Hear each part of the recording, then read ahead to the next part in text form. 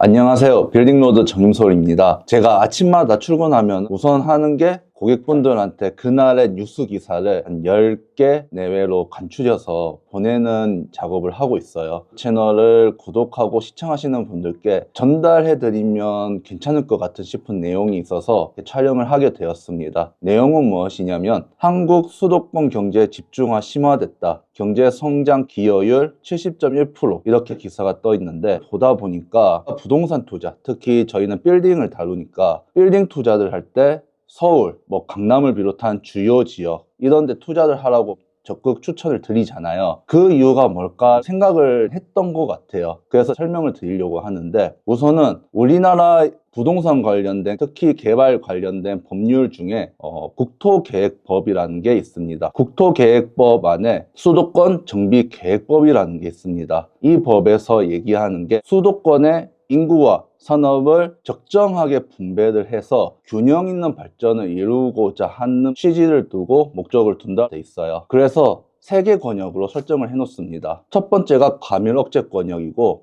두 번째가 성장 권역, 세 번째가 자연환경 보전 구역입니다. 빌딩 투자하시는 분들은 성장 관리 권역과 과밀 억제 권역을 주로 신경을 쓰시게 되는데요. 이 2개 권역에서 행위를 할 경우에 제한되는 내용들이 상당수 있습니다. 대표적으로 우리가 많이 알고 있는 게 세금적인 부분, 취득세 중과 부분이 되겠죠. 두 번째가 학교의 증축, 증설, 신축, 아울러 공장의 신축이나 증설을 법으로 규제를 하고 있습니다. 그렇기 때문에 수도권, 그리고 서울을 비롯한 인천광역시와 경기도권에서 무분별한 난개발, 그리고 한쪽 지역으로 편중되게 개발이 된 것을 막기 위해서 이렇게 설정을 해 놓는 건데요. 규제만 한다고 해서 좋은 건 아니겠죠. 예외, 한시법으로 특별법이란 걸 제정을 합니다. 이 특별법 적용이 되는 지역은 규제받지 않고 개발을 할 수가 있는데요. 대표적인 지역이 바로 평택입니다. 평택 같은 경우는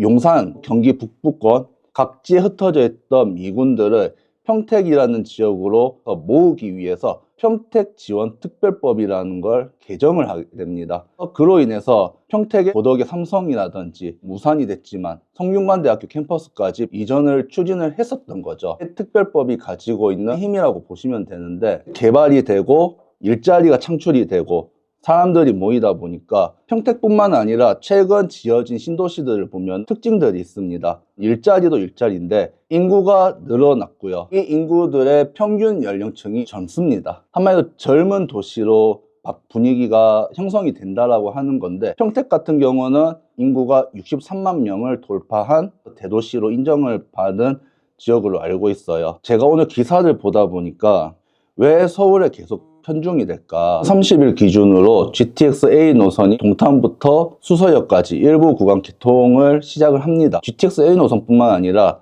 총 6개 노선이 예정에 있고요. 서울 메가시티 2호선, 9호선, 5호선까지 남양주, 김포, 경기 각 지역으로 연장을 하겠다라는 개발 호재들이 물밀듯이 나오고 있어요. 4월 달에 총선을 앞두고 있고 11월 달에 미국 대선을 앞두고 있잖아요.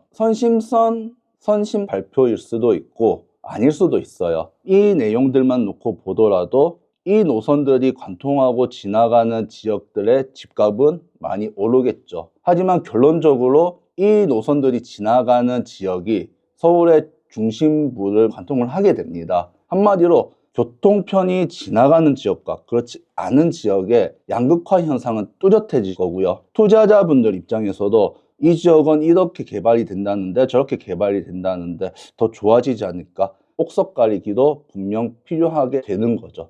그걸 중간에서 이제 도와드리는 게 저희가 하는 역할인데, 이런 내용들에 너무 휘둘리지 마시고요. 새로 들어온다니까 좋아지겠네? 해볼까? 이렇게 보시는 것도 아니고 충분히 검토를 하시고 저희가 중간에서 도와드릴 테니까 연락을 많이 주십시오. 총선이 지나고 부동산 시장이 어떻게 변할지, 어떤 정책들이 나올지는 봐야 알겠는데, 이런 시기일수록 불확실한 미래 때문에 너무 두려워하지 마시고요. 시장을 보수적으로 보시면서 어떤 방식으로 투자할지 투자의 방향성만 정확하게 잡으셨으면 좋겠습니다. 이상 빌딩로드 정임솔입니다. 감사합니다.